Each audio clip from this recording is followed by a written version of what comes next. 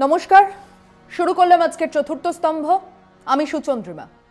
গণতন্ত্রের প্রাথমিক শর্ত হলো বিরোধী স্বর, সরকারকে জবাবদিহি করতে হবে, এটাই গণতন্ত্রের ভিত্তি। সামন্ততন্ত্রে মানে যখন রাজা হর্ষবর্ধন বা মোগল সম্রাট শাহজাহানের সেই দায় ছিল না, তাদের কোনো সিদ্ধান্তের বিরোধিতা সম্ভব ছিল না, তাদের সিদ্ধান্ত নিয়ে প্রশ্ন তোলার অবকাশ ছিল না, তোলা হলে তাকে রাজদ্রোহ বলে গণ্য করা হতো। স্বৈরতন্ত্র একই হাল, কোনো প্রশ্ন নয়, আদেশ আর আদেশ পালনের মধ্যেই সীমিত থাকতো নাগরিক অধিকার। গণতন্ত্রের ধারণা এর বিপরীত, সরকারের সিদ্ধান্ত নিয়ে প্রশ্ন হবে, সরকার না শুনলে আদালত আছে। ধরুন আমেরিকা, এক অ্যাটর্নি সাহেব চাইলেন ট্রাম্প সাহেবের রোজগার সম্পর্কিত কাগজগুলো দেখতে, পরীক্ষা করতে। ট্রাম্প সাহেব বললেন, আমি রাষ্ট্রপতি। ওখানকার কোর্ট বলল, নিশ্চয়ই, কিন্তু আপনি একজন নাগরিক। যিনি প্রশ্ন তুলেছেন তিনিও একজন নাগরিক, হিসেবের খাতা দেখাতে হবে। দেখানো হলো। এবারে আসুন আমাদের মহান পৃথিবীর মধ্যে বৃহত্তম গণতান্ত্রিক দেশে। এখানে প্রধানমন্ত্রীর শিক্ষাগত যোগ্যতাটুকুও এখনো জানা গেল না। ছেড়ে দিন ওনার তৈরি নতুন পিএম কেয়ার ফান্ড, তাতে কে কে টাকা দিল, কোন কোন খাতে কত টাকা খরচ হলো, তার একটা তথ্য জানা যাবে না। তিনি সেই পবিত্র গাভী যিনি আইনের ঊর্ধ্বে। আপনার আমার প্রতি পাই পয়সার হিসেব দিতে আমরা বাধ্য নই, আমরা তো আম নাগরিক। কিন্তু সেই আম নাগরিকের জন্য তোলা টাকার হিসেব আম নাগরিক পাবে না। আহারে গণতন্ত্র। সেসবও বাদ দিলাম, সরকার বহু কিছু করছে যাকে দিনে ডাকাতি বললে কম বলা হয়। দেশের সম্পত্তি, পাবলিক প্রপার্টি যাকে বলে, তাকে কম দামে দেশেরই কিছু ব্যবসায়ীদের হাতে বেচে দেওয়া হচ্ছে। কোনো প্রশ্ন নেই। কে প্রশ্ন করবে? কংগ্রেস। রাহুল গান্ধীর ঘরে যিনি সোজা ঢুকে পড়তে পারতেন, সেই জ্যোতিরাদিত্য সিন্ধিয়া সোজা চলে গেছেন বিজেপির ঘরে। রাজস্থানে ঘুঁটি পড়ল করে শেষ পর্যন্ত ভোটের হিসেব কষেই পড়েনি। কংগ্রেস তাই নিয়েই ব্যস্ত ছিল। ঘাঘু নেতা কমলনাথ, দিগ্বিজয় সিং বা অশোক গেহলট যতদিন আছেন তাদের কাছেই থাকবে ক্ষমতা, তারাই সরকারের দলের মাথা হবেন, এটাই তো রীতি।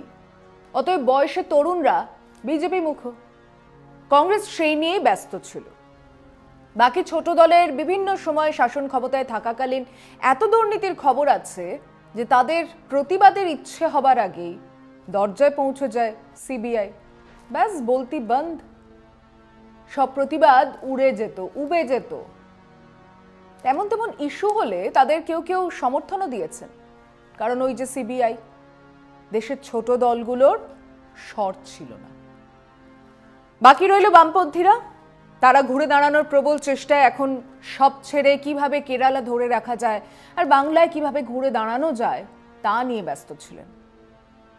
সারা দেশ জুড়ে তাদের কণ্ঠস্বর যখন ক্রমশ ক্ষীণ হয়ে আসছিল, তখন বেড়েই চলেছিল মোদি শাহের প্রতাপ। এরই মধ্যে মহারাষ্ট্র শিবসেনা, দক্ষিণে ডিএমকে, যাদের নিজের রাজ্যের বাইরে কোনো অ্যাসপিরেশন নেই, তারা কিন্তু রুখে দাঁড়িয়েছে এবং হঠাৎই দেশ জুড়ে বিরোধীরা সক্রিয় হয়ে উঠেছে। কংগ্রেস বুঝেছে তাদের সীমাবদ্ধতা, 543-এর মধ্যে 328টা আসনে তারা লড়ছে, ছোট বিরোধী দল আঞ্চলিক দলগুলোকে নিয়ে চলছে। বলছি বাকি কথা বিরতির পর, সঙ্গে থাকুন। এই বাংলার তৃণমূল হাজার সিবিআই ইডির পরেও লড়ে যাচ্ছিল। বিজেপি বুঝেছে এই বিরোধিতা বন্ধ করতে পারলে দেশের দখলদারিতে কিছুটা এগোনো যাবে। তারা বুঝেছে তাদের দুর্গে আসন বাড়ানোর আর অবকাশ নেই। বিহারে কমবে তারা জানে, মহারাষ্ট্রে কর্ণাটকে কমবে তারা জানে, তাই বাংলাতে তাদের নজর আছে। গতবার 18 ছিল, এবার টার্গেট 25-30। তারা যেন তেন প্রকারেণ বাংলা দখলের খেলায় নেমে পড়েছে। প্রচার, অপপ্রচার, টাকার খেলা, সিবিআই, ইডি, কারণে অকারণে বিক্ষোভ, প্রতিবাদকে অবরোধ, আগুন, ধর্নায় নিয়ে যাওয়া এবং হিন্দু মুসলমান তাস, এই সব কটা খেলা একসঙ্গে চলছে। দেশ নয়, মানুষ নয়, উন্নয়ন নয়, অর্থনীতি নয়, কেবল বাংলা দখল বিজেপিকে নির্বাচনে খানিক স্বস্তি দেবে এটা বিজেপি বুঝে গেছে। তাদের 2014 পর থেকে স্লোগান হয়ে উঠছিল এক বিরোধী মুক্ত ভারত। সারা দেশের এক বিরোধীহীন অবস্থা বিজেপি কেন চাইছিল? আসুন সেটা নিয়ে কিছু কথা বলা যাক। এমন নয় যে ওই করোনা আর লকডাউন এসে দেশের অর্থনীতিকে ডুবিয়ে ছাড়ল, এমনও নয় যে তার আগে অর্থনীতির চাকা গড়গড়িয়ে চলছিল। অর্থনীতি চলা বন্ধ করেছে সেই ডিমনিটাইজেশনের দিন থেকে। তারপর জিএসটি, আবার ধাক্কা, তারপরে এলো করোনা আর অবিবেচকের মতো লকডাউন। লক্ষ লক্ষ মানুষ এক ধাক্কায় পথের ভিখিরি হতে বাধ্য হলো, চাকরি গেল, মাইনে ছাঁটাই হলো। অর্থনীতিবিদরা বলছেন যদি সব থেকে ভালো অবস্থার কথা ভেবে হিসেব করা যায় তাহলেও অর্থনীতির সংকোচন, শ্রিঙ্কিং আটকানো যাবে না। আর যতটা খারাপ চলছে তাই যদি চলতে থাকে তাহলে এই সংকোচন আরো মারাত্মক হয়ে উঠতে পারে। কে বলছেন? সেই প্যান্ডেমিকের সময় প্রাক্তন প্রধানমন্ত্রীর অর্থনৈতিক অ্যাডভাইজার ডক্টর রথীন রয় বলেছিলেন যে অর্থনৈতিক এই সাংঘাতিক অবস্থা থেকে বের হতে দু ধরনের ব্যবস্থা নেওয়া যায়। এক, মানুষ যেটুকু রোজগার করতে পারছে না সেটুকু তাকে দেওয়া, মানে সাপোর্ট দেওয়া, তাহলে অর্থনীতির চাকা আবার ঘুরতে পারে। অন্যটা হলো ধার দেওয়া, কোলাটেরাল ফ্রি লোন ইত্যাদি, যার ফলে ছোট মাঝারি বড় শিল্প আবার চলতে শুরু করে। মানুষ চাকরি না হারায়, মাইনে পায়, তা দিয়েও অর্থনীতির হাল ফেরানো যায়। বলা বাহুল্য যে সরকার প্রথমটি বাদ দিয়ে দ্বিতীয়টি বেছে নিয়েছিল, এখন এই রাস্তা থেকে ফেরার কোনো উপায় নেই। আর এর ফলে খুব শিগগিরই যে অর্থনীতিতে কোনো পরিবর্তন হবে তাও সম্ভব নয়। এর ফলে এক বিরাট সংখ্যক মানুষ যারা কবছর আগে দারিদ্র্য সীমারেখার কিছুটা ওপরে উঠেছিল তারা আবার সেই দারিদ্র্য সীমারেখার তলায় চলে যাচ্ছে। তাহলে সরকার কি করবে? ব্যাংকের হিসেবটা একটু দেখে নেওয়া যাক। স্টেট ব্যাংক অফ ইন্ডিয়ার হিসেব বলছে গত 8 বছরে তারা 1,23,432 কোটি টাকার ঋণ মাফ করেছে। আর মূল টাকার 7 কি 8% মাত্র ফেরত এসেছে। টাকার অঙ্কে 8,969 কোটি টাকা।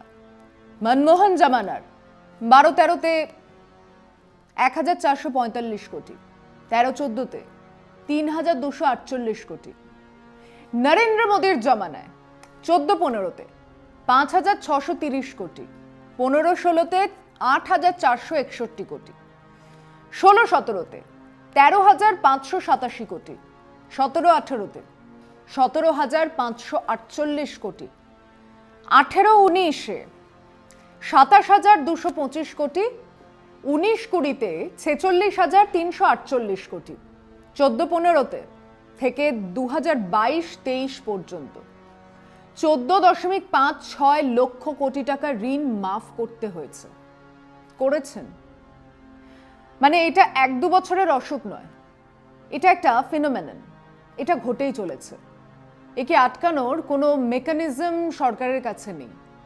এসবিআই সমেত সবকটা ব্যাংকে যদি ধরা হয় তাহলে আরো অনেক টাকা ঋণ মাফ করা হয়েছে, আর আদায় 45,000 কোটি টাকার মতন। মিউচুয়াল ফান্ডে ইনভেস্টমেন্ট কমেছে 19,700 কোটি টাকা। এটা যদি মধ্যবিত্ত উচ্চ মধ্যবিত্তদের ইনভেস্টমেন্টের হিসেব হয় তাহলে অর্থনীতির ভাষায় যাদের দরিদ্র বলা হয় তাদের অবস্থাটা কতটা খারাপ হতে পারে। মোদ্দা কথা হলো দেশের অর্থনীতি ক্রমশ নিচের দিকে নামছে তো নামছে, অথচ এদেশের হাতে গোনা কিছু পরিবারের ব্যবসা বেড়েই চলেছে, তাও থামবার কোনো লক্ষণ নেই। কোনো এক জাদু স্পর্শে তারা বিশ্বের ধনী তালিকার শীর্ষে চলে যাচ্ছেন। আম্বানি আর আদানি গোষ্ঠীর মোট সম্পদ আর দেশের জিডিপি প্রায় এক জায়গায় পৌঁছানোর মুখে। কোন ম্যাজিকে? সারা দেশের শিল্প ধুঁকছে, একমাত্র কৃষি যা ভরসা সেখানে আম্বানি আদানি টাটা বিড়লা গোয়েঙ্কা ডালমিয়ারা বাড়ছে কি করে? তাদের নাম তাবৎ বিশ্বের ধনী তালিকায় উঠছে কি করে? আসুন সে প্রশ্নের কিছু জবাব নিয়ে আলোচনা করা যাক। নিচ্ছি তার আগে একটা বিরতি, সঙ্গে থাকবেন। সরকার দেশ বিক্রি করছে, দেশের কলকারখানা নদী পাহাড় বন জঙ্গল বিক্রি করছে। এমনকি যখন দেশের মানুষ করোনা লকডাউন সংক্রমণের সংখ্যা নিয়ে ব্যস্ত ছিল। দেশের বিরোধী দলের অধিকাংশ নেতার দরজায় সিবিআই ইডি বসে আছে। বামপন্থীরা উদ্ভ্রান্তের মতো কিংকর্তব্য বিমূঢ় হয়ে কংগ্রেসের হাত ধরছে। কংগ্রেস নিজের মাথার ঘায়ে পাগল। তারা সাকুল্যে হাতে থাকা রাজ্য সামলাতে ব্যস্ত, কারণ সরকারের হাতে টাকা থাক বা না থাক, বিজেপির হাতে টাকার কমতি নেই। আর টাকা ফেললে আমাদের দেশে এমএলএ ওজন পাল্লায় বসে বেচা কেনা যায়। সেই টাকা এখন উঠছে রাস্তায় রাস্তায়, রাখা আছে আরো যথেষ্ট, যা দিয়ে নির্বাচনের পরে কিনতে হতে পারে ঘোড়া গাধা। Banking, petroleum, atomic energy, defence, space বা পোর্ট, প্রত্যেকটা ক্ষেত্রে শেয়ার বেচা চলছে। সিদ্ধান্ত হয়ে গিয়েছিল, এখন কার্যকরী করা হচ্ছে।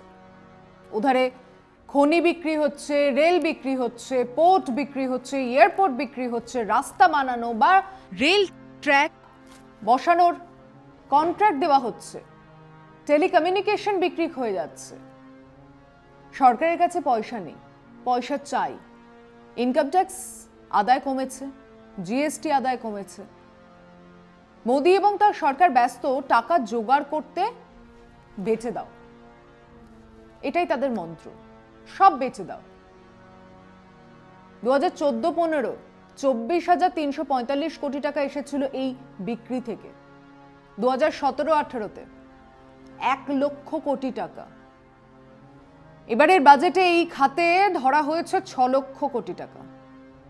গত 9 বছরে 28টা পিএসইউ বেচে দেওয়া হয়েছে। পাবলিক প্রপার্টি, দেশের সম্পদ বেচে দেওয়া হচ্ছে কিছু শিল্পপতির হাতে।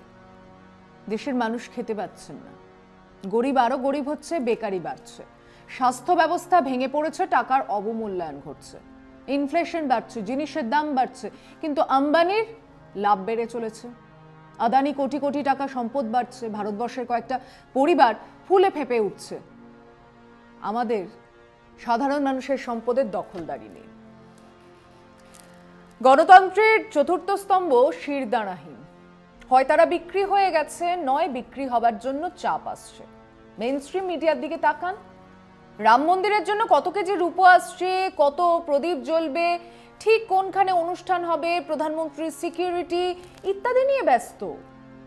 খুব বেশি হলে কিছু উত্তেজনা, সানসানিখেজ রিপোর্টিং, টিআরপি বাড়ানোর খেলা। এরই আড়ালে অথচ সবার চোখের সামনে লুট হয়ে যাচ্ছে স্বদেশ আমার। আমার জন্মভূমির জল, জঙ্গল, জমিন, আসমান বেচে দিচ্ছে সরকার। কে আটকাবে? কোন পথে রোখা যাবে? এখন সেই পথেই নামছে আম জনতার মিছিল। দেশ জোড়া মানুষের মিছিল বলছে রুখতে হবে এই লুটতরাজকে।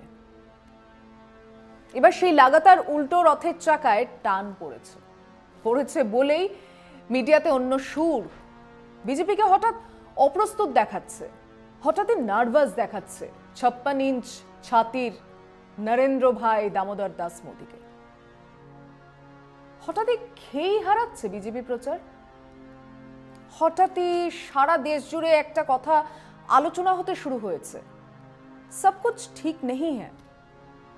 বিজেপি পেছোচ্ছে, এ নিয়ে আলোচনা হচ্ছে ন্যাশনাল মিডিয়াতে। যারা ধরেই নিয়েছিলেন ইটস আ ডান ডিল, যারা আলোচনা করছিলেন 314 না 359 নাকি 371, বিজেপি এবারে সম্ভবত রাজীব গান্ধী 404 ছুঁতে পারবে না, ইস, এ নিয়ে আলোচনা চলছিল। হঠাৎই তাল কেটেছে। গদি মিডিয়াতে মোদিজির পরেই রাহুলের বয়ান আসছে। প্যানেল ডিসকাশনে কর্ণাটকে কংগ্রেস সম্ভবত 17 কি 18টা আসন পাবে আলোচনা হচ্ছে। আসলে জমিতে গরম হাওয়া বইছিল, তাকে ধামাচাপা দিয়ে এক সুবাতাস বহিতেছে, গোছের প্রচার চলছিল। তারা বুঝতে পেরেছে এবার সেই গরম হাওয়া তাদেরও গ্রাস করবে। তারা হাওয়া মোরগ, হাওয়া ঘুরছে, ঘুরেছে, ওনারাও ঘুরছেন। দেশ জুড়ে এই অবস্থা। বিজেপির এত দিকের ফল্ট লাইন আজ তৈরি হয়নি। বিজেপি বেশ খেটে খুঁটেই এই জায়গাতে নিজেদের নিয়ে এসেছে। এখন হঠাৎই সেটা ফিল করা যাচ্ছে। আর মিডিয়া ভোটের প্রচার শুরু হতেই বুঝতে পেরেছে সেখানে ওয়েদার ককেরা, হাওয়া মোরগেরা সুর পাল্টাচ্ছে।